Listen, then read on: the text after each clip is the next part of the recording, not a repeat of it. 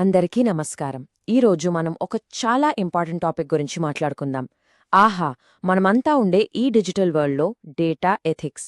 అసలు మనం రోజు జనరేట్ చేసే ఈ టన్నుల కొద్ది డేటాని కంపెనీస్ ఎలా వాడుతున్నాయి? దాంట్లో ఉన్న ఎథికల్ డైలమాస్ ఏంటి? వాటిని మనమిప్పుడు చూద్దాం. ఈ కోట్ని చూడండి ఒకసారి. డేటా ఉంది కదా అని దాన్ని వాడేసేయకూడదు. ఎంత సింపుల్గా ఉన్నా చాలా పవర్ఫుల్ స్టేట్మెంట్ ఇది కదా. ఈ మాటలో ఎంత డెప్త్ ఉందో ఈ ఎక్స్ప్లెయినర్లో మనకి అర్థమవుతుంది. So let's dive right in. సరే, ఈ డేటా ఎథిక్స్ అనేది కొంచెం అబ్స్ట్రాక్ట్గా అనిపించొచ్చు. అందుకే దాన్ని బెటర్గా అర్థం చేసుకోవడానికి ఒక నిజమైన స్టోరీతో స్టార్ట్ చేద్దాం. ఒక మామూలు షాపింగ్ ట్రిప్ ఒక కుటుంబ రహస్యాన్ని ఎలా బయటపెట్టిందో తెలిస్తే డేటా పవర్ ఎంతో మీకు క్లియర్గా తెలుస్తుంది. ఓకే, ఇప్పుడు మీరు ఒక యానలిస్ట్ అనుకోండి. మీరు ఒక షాపింగ్ ప్యాటర్న్ని చూసి కొంతమంది టీనేజ్ గర్ల్స్ ప్రెగ్నెంట్ అయి ఉండొచ్చు అని ప్రిడిక్ట్ చేయగలిగారు. ఇప్పుడు చెప్పండి, ఏం చేస్తారు? ఈ ఇన్ఫర్మేషన్ని అడ్వర్టైజర్స్కి అమ్మేస్తారా, లేదా దాన్ని చాలా కాన్ఫిడెన్షియల్గా ఉంచుతారా? ఒకసారి ఆలోచించండి, what would you do? So అసలు ఏం జరిగిందంటే, టార్గెట్ అమెరికాలో ఒక పెద్ద రీటైల్ స్టోర్ వాళ్ళ డేటాతో ఒక టీనేజ్ గర్ల్ ప్రెగ్నెన్సీని వాళ్ళ నాన్నకంటే ముందుగానే ప్రెడిక్ట్ చేసింది. ఆయన చాలా కోపంగా స్టోర్కి వెళ్లాడు. కానీ అక్కడ తెలిసిన విషయమేంటంటే ఆ డేటా ప్రిడిక్షన్ కరెక్ట్. చూసారా, ఇక్కడే మనకి ప్రిడిక్టివ్ డేటా అనలిటిక్స్ యొక్క పవర్ అండ్ దాంతో వచ్చే పొటెన్షియల్ డేంజర్ రెండు ఒకేసారి కనిపిస్తాయి.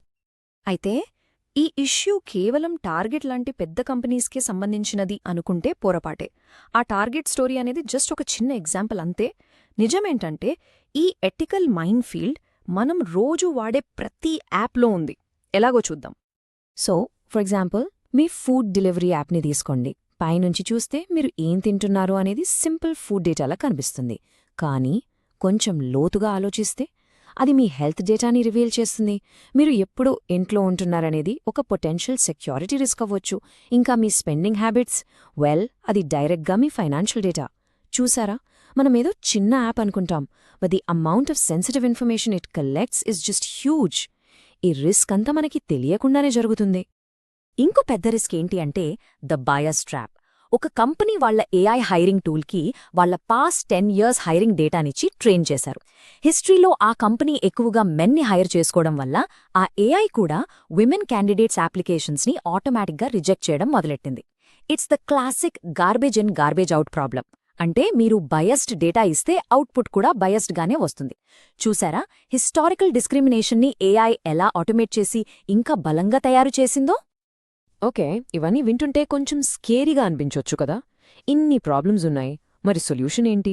వెల్, ఒక డేటా అనలిస్ట్గా ఆర్ ఈవెన్ ఒక యూజర్గా మనం రెస్పాన్సిబుల్ డిసిజన్స్ తీసుకోవడానికి ఒక సింపుల్ ఎథిక్స్ చెక్లిస్ట్ని ఫాలో అవ్వచ్చు. ఈ 4 సింపుల్ క్వశ్చన్స్ మనకు చాలా హెల్ప్ చేస్తాయి. సో ఈ 4 క్రూషియల్ స్టెప్స్ ఏంటంటే, ఫస్ట్ ద ట్రాన్స్పరెన్సీ టెస్ట్. అసలు ఈ మోడల్ ఎలా పనిచేస్తుందో మనకి అర్థమవుతుందా? Second the fairness audit. ఇది అందర్నీ సమానంగా చూస్తుందా? Third the privacy principle. వేరే వాళ్ల ప్రైవసీకి మనం విలువ ఇస్తున్నామా? And finally the most important one, the harm prediction. మన ఈ పని వల్ల ఎవరికైనా ఏదైనా నష్టం జరుగుతుందా? ఇప్పుడు వీటిని కొంచెం డీటెయిల్గా చూద్దాం. First the transparency test. కొన్ని ఏఐ మోడల్స్ని బ్లాక్ బాక్స్ మోడల్స్ అంటారు. ఎందుకంటే అవి ఒక కంక్లూజన్కి ఎలా వచ్చాయో దాన్ని క్రియేట్ చేసిన వాళ్ళకి కూడా చెప్పడం కష్టం. ఎందుకంటే లోన్ అప్రూవ్ చేయడం లాంటి చాలా ఇంపార్టెంట్ డిసిజన్స్కి ఇలాంటి నాన్ ట్రాన్స్పరెంట్ మోడల్స్ని యూజ్ చేయకూడదు. Next the fairness audit. ఇది చాలా స్ట్రెయిట్ ఫార్వర్డ్. మీ ఆల్గోరిథం అన్ని గ్రూప్స్ని ఈక్వలీ ట్రీట్ చేస్తుందా? For example, me loan model same credit score ఉన్న ఉమెన్ని మెన్ కంటే ఎక్కువగా రిజెక్ట్ చేస్తుందా?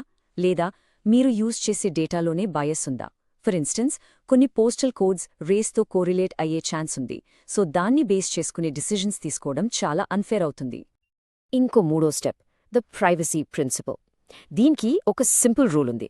వేరే వాళ్ల డేటాని మీ ఓన్ ఫ్యామిలీ మెంబర్స్ డేటాలా ట్రీట్ చేయండి, అంతే. With the same respect, same protection. And finally ఆ 4th point, the harm prediction.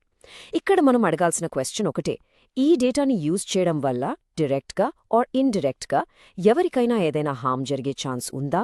Just like a doctor's oath, first do no harm. ఆ ప్రిన్సిపల్ ఇక్కడ కూడా పర్ఫెక్ట్గా అప్లై అవుతుంది. సో ఆ చెక్ లిస్ట్ చాలా ఇంపార్టెంట్.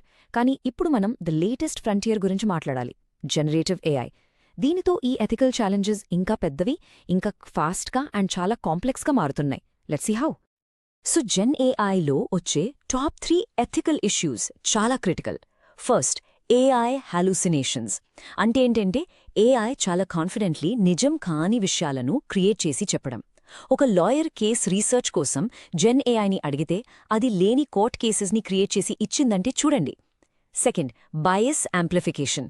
ఇంటర్నెట్లో ఉన్న అన్ని రకాల బయసెస్ని తీసుకుని వాటిని ఇంకా యాంప్లిఫై చేసి స్ప్రెడ్ చేస్తుంది. And third, job displacement. Efficiency పేరుతో మనుషుల జాబ్స్కి ఒక రియల్ థ్రెట్ క్రియేట్ చేయడం. సో ఇన్ని ఇష్యూస్ చూశాక మనం ఏఐని ఆర్ డేటాని బ్లేమ్ చేయాలా? Not really. చివరిగా మనం గుర్తుపెట్టుకోవాల్సిన విషయం ఒకటే, technology is neutral, you aren't. అంటే టెక్నాలజీకి మంచి చెడు అనేవి ఉండవు. The tool itself is not the problem. ఈ కోట్ ఈ పాయింట్ని పర్ఫెక్ట్గా సమ్మరైజ్ చేస్తుంది. ఒక కత్తితో కూరగాయలు కొయ్యొచ్చు, లేదా ఎవరినైనా గాయపరచొచ్చు. కత్తి న్యూట్రల్ కదా, కానీ దాన్ని యూజ్ చేసే మనిషి చేతిలోనే అంతా ఉంటుంది. The same logic applies to data and technology. The final choice అది ఎప్పుడూ మనుషులుడే. So the final question is for you. Data, any powerful టూల్ని, ఈ టెక్నాలజీని మీరు ఎలా యూజ్ చేస్తారు? ఒక బిల్డర్గా, ఒక అనలిస్ట్గా, లేదా ఒక సింపుల్ యూజర్గా? How will you choose to use it? మంచి కోసమా? Or for something else? Think about it.